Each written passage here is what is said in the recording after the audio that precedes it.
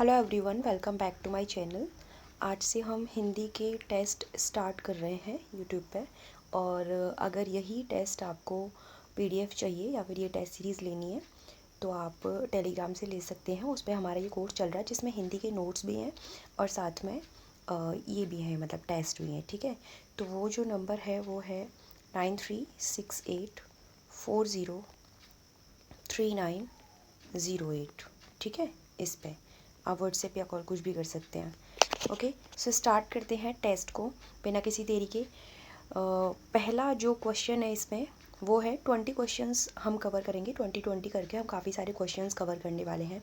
ठीक है, सो पहला जो क्वेश्चन है वो है विलोम शब्द की दृष्टि से इसमें से कौन सा जो युग्म है वो त्रुटिपूर्ण है, यानी कि इसमें से गलत पूछा है। ठीक है, तो ऑप्शंस दे रखे हैं। पहला ऑप्शन है कल्पित का यथार्थ, दूसरा है कोलाहल का कुलांगर, तीसरा है असूया का अनसूया और चौथा है अघी का निरग।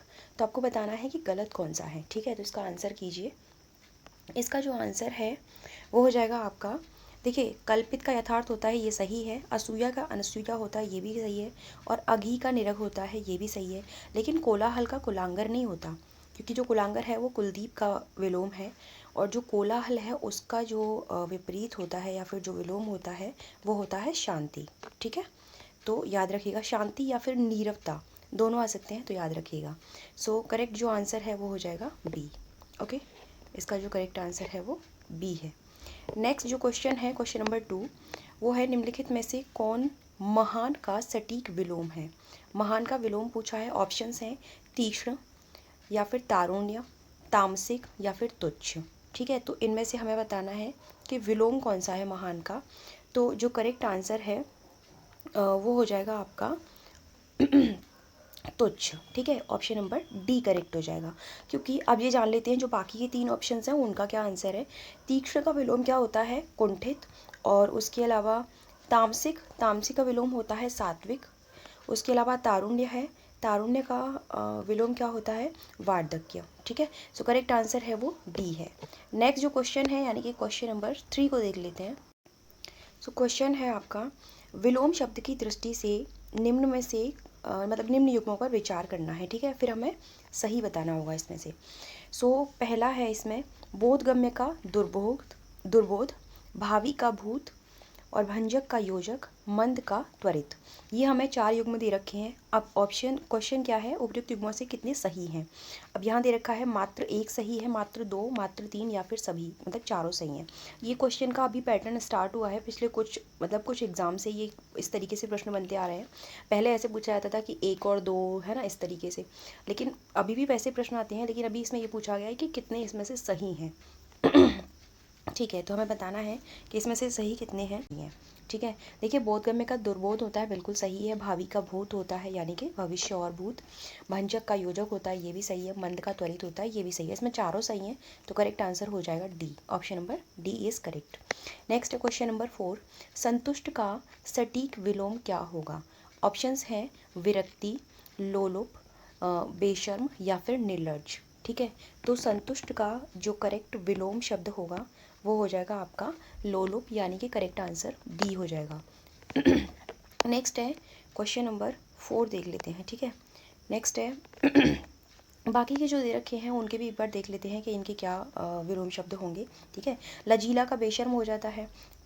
उसके बाद नेक्स्ट है लज्जालु का निर्लज्ज हो जाता है। ठीक है, उसके अलावा कौन सा बचता है, विरक्ति, विरक्ति हो जाएगा आपका लालसा का। ठीक है, इसका बता ही दिया है। नेक्स्ट है क्वेश्चन नंबर 5, विलोम शब्द की दृष्टि से कौन सा युग्म त्रुटिपूर्ण है। अब यहाँ पर 4 पेयर फिर से दे रखे हैं, इसमें से गलत बताना है कि कौन सा है गलत। ऑप्शन है, ऑप्शन नंबर ए विपुल का स्वल्प, ऑप्शन नंबर बी क्षणिक का शाश्वत, ऑप्शन नंबर सी त्रिकुटी का भ्रिकुटी, ऑप्शन नंबर डी हास का उपहास। गलत बताना है। देखो, विपुल का स्वल्प होता है, बिल्कुल सही है। क्षणिक का शाश्वत होता है, ये भी सही है। त्रिकुटी का भ्रिकुटी होता है, ये भी सही है। लेकिन हास का उपहास नहीं होता, क्योंकि जो हास का विलोम है वो होता है रुदन। ठीक है, हास का विलोम रुदन होता है। और इसके अलावा जो उपहास है वो होता है प्रशंसा का विलोम। ठीक है, तो प्रशंसा का विलोम हो जाएगा उपहास। So correct answer is D. Next है क्वेश्चन नंबर 6, यहाँ पे क्वेश्चन दे रखा है श्लाघा का विलोम क्या होगा, ठीक है। सो ऑप्शन दे रखे हैं निंदा, श्यामल, शर्मनाक या फिर श्रांत। तो बताइए इसका आंसर क्या होगा। श्लाघा का विलोम होता है निंदा, यानी कि ऑप्शन नंबर ए जो है वो करेक्ट हो जाएगा। बाकी के श्यामल दे रखा है, श्यामल का विलोम क्या होता है, इसका होता है गौर, ठीक है। और शर्मनाक, शर्मनाक का विलोम क्या होता है, शानदार। उसके अलावा नेक्स्ट है श्रांत, श्रांत का विलोम होता है अश्रांत, ठीक है। तो याद रखिएगा इसको भी, अश्रांत। सो करेक्ट आंसर है ए। नेक्स्ट है क्वेश्चन नंबर 7, सत्कर्म का विलोम क्या होगा। ऑप्शंस दे रखे हैं यहाँ पे। ऑप्शन नंबर ए अपकर्म, ऑप्शन नंबर बी कुकर्म, ऑप्शन नंबर सी दुष्कर्म, ऑप्शन नंबर डी सभी। तो बताइए इसका करेक्ट आंसर क्या हुआ। एक्चुअली सत्कर्म के ये सारे ही सही हो जाएंगे, क्योंकि अपकर्म भी होता है, कुकर्म भी होता है, दुष्कर्म भी होता है। तो करेक्ट आंसर है डी। नेक्स्ट है क्वेश्चन नंबर 8, विलोम शब्द की दृष्टि से निम्नलिखित युग्मों पर विचार कीजिए। पहला है बेडौल का बेमेल, और बहुधा का यदाकदा, बंध्या का बंजरा। यहाँ पे 3 पेयर दे रखे हैं। क्वेश्चन पूछा गया है इनमें से सही युग्म कौन सा है या फिर कौन से हैं, ठीक है। सो ऑप्शंस यहाँ नीचे दे रखे हैं, पहले देख लेते हैं कि इनमें से कौन सा सही है। देखिए बेडौल का बेमेल, ये बिल्कुल गलत है, बेडौल का बेमेल नहीं होता है। बहुधा का यदाकदा, और उसके अलावा नेक्स्ट है बंध्या का पंजरा। ये बहुधा का यदाकदा होता है, ये सही है। जो बंध्या होता है उसका बंजरा नहीं होता है, बंध्या का होता है उर्वरा, ठीक है। बंध्या का क्या हो जाएगा, उर्वरा। और जो बेडौल होता है इसका होता है सुढौल, ठीक है। तो ये भी याद रखिएगा, इसका सुढौल होता है। सो करेक्ट आंसर क्या होना चाहिए, क्योंकि सिर्फ यही गलत है ना, तो सॉरी यही सही है ना, तो केवल 2 ये रहा, ऑप्शन नंबर सी करेक्ट है। नेक्स्ट है क्वेश्चन नंबर 9, पल्लवन का सटीक विलोम क्या होगा, ठीक है। ऑप्शंस दे रखे हैं संक्षेपण, ऑप्शन नंबर बी परिसीमन, ऑप्शन नंबर सी प्रोत्साहन, ऑप्शन नंबर डी परिमार्जन, ठीक है। सो करेक्ट आंसर बताइए कि इसका करेक्ट आंसर क्या होगा। पल्लवन का सटीक विलोम पूछा गया है। सो करेक्ट आंसर हो जाएगा संक्षेपण, ऑप्शन नंबर ए। बाकी के देख लेते हैं। परिसीमन का विलोम क्या होता है, असीमन, बहुत ही ईजी है। उसके अलावा प्रोत्साहन का विलोम होता है हतोत्साहित, और परिमार्जन का विलोम होता है अपरिमार्जन, ठीक है। नेक्स्ट है नेक्स्ट जो क्वेश्चन है इसको छोड़िए, नेक्स्ट देख लेते हैं क्वेश्चन नंबर 11, यथापूर्व का संबंध निम्नलिखित में से किससे है। ऑप्शन दे रखे हैं, मतलब यथापूर्व ये वर्ड है और इसका हमें बताना है कि किससे संबंध है। जैसा अभी है वैसा ही, जैसा पहले था वैसा ही, या फिर जैसा हमेशा था वैसा ही, या फिर जो जैसा है वैसा ही। तो इसका मतलब हमें बताना है कि क्या है, ठीक है। तो यथापूर्व जो होता है उसका मतलब होता है जो जैसा था वैसा ही, ठीक है। याद रखिएगा क्या होता है, जैसा पहले था वैसा ही, मतलब कि ऑप्शन नंबर बी जो है यहाँ पे करेक्ट हो जाएगा। नेक्स्ट है क्वेश्चन नंबर 12, वाक्यांश के लिए एक शब्द की दृष्टि से निम्न युग्मों पर विचार कीजिए। यहाँ पे दे रखे हैं 3 यहाँ पर पेयर दे रखे हैं। पहला है बख्तर, बख्तर का मतलब यहाँ पर दे रखा है लोहे का बना हुआ कवच, यानी कि जैसे एक वाक्य है लोहे का बना हुआ कवच और उसके लिए एक वर्ड दे रखा है यहाँ पे बख्तर, ठीक है।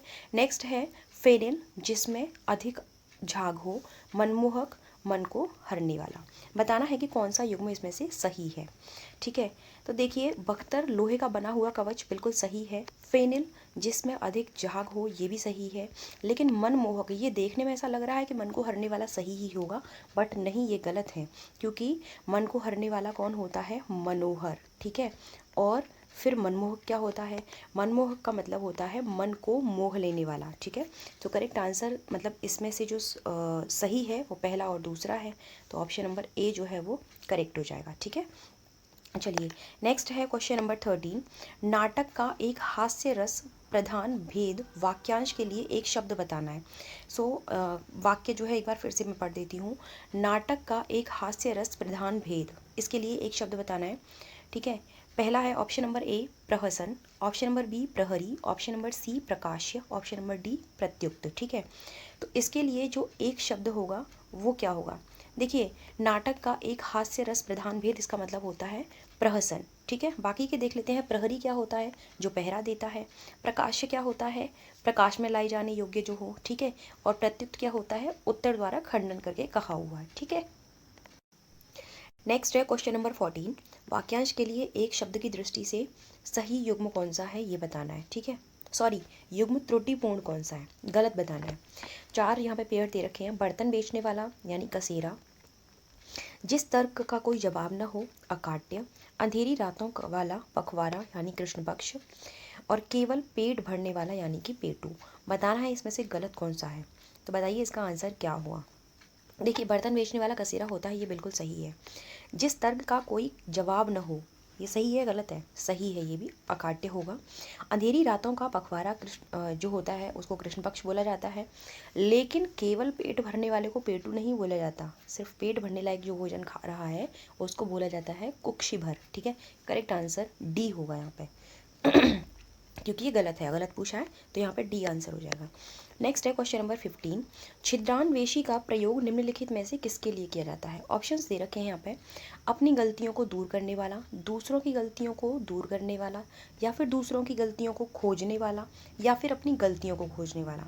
सो करेक्ट आंसर यहाँ पे क्या होना चाहिए। देखिए जो छिद्रान्वेषी होता है ना, वो होता है जो हमेशा दूसरों की गलतियों को खोजता रहता है। तो करेक्ट आंसर हो जाएगा सी। ठीक है, सो नेक्स्ट है क्वेश्चन नंबर 16।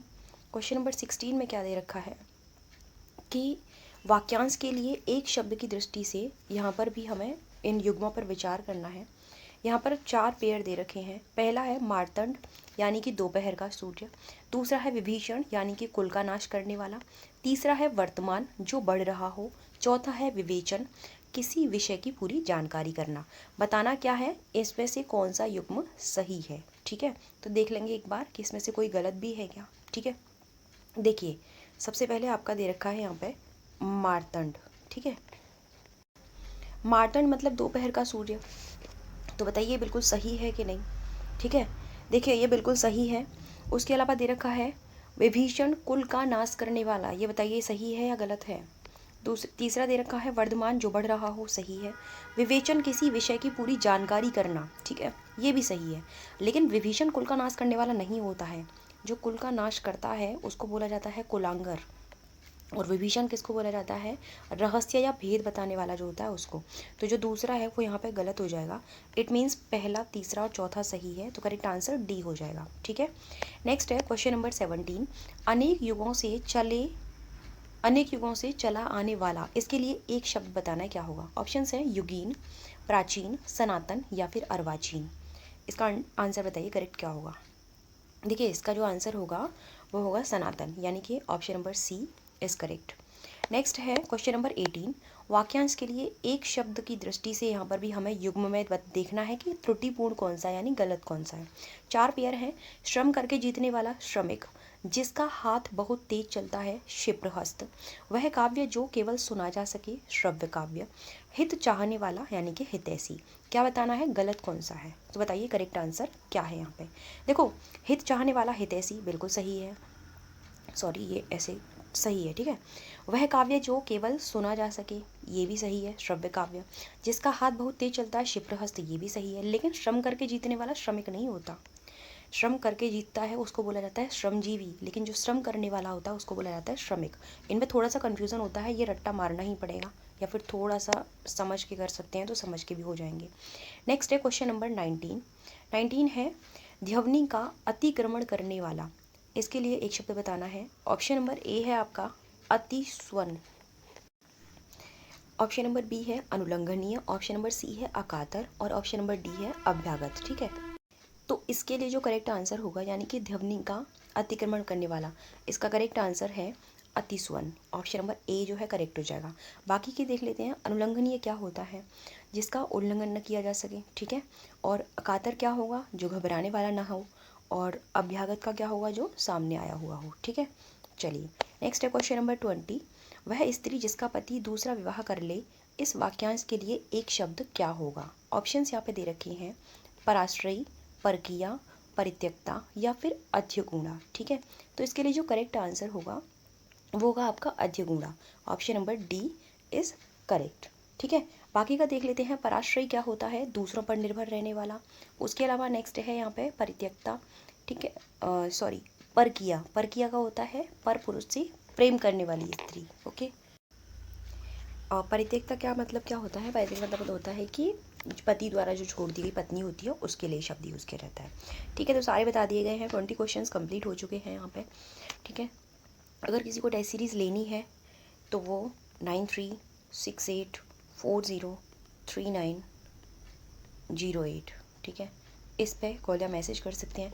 आरओ का कोर्स लेना है, प्रिया मेंस का, या फिर पीसीएस का लेना है, प्रिया मेंस का, जो भी कोर्स की जानकारी लेनी है आप इस पर ले सकते हैं। Okay, so thank you so much for watching my video. Please share कीजिए, लाइक कीजिए। Thank you.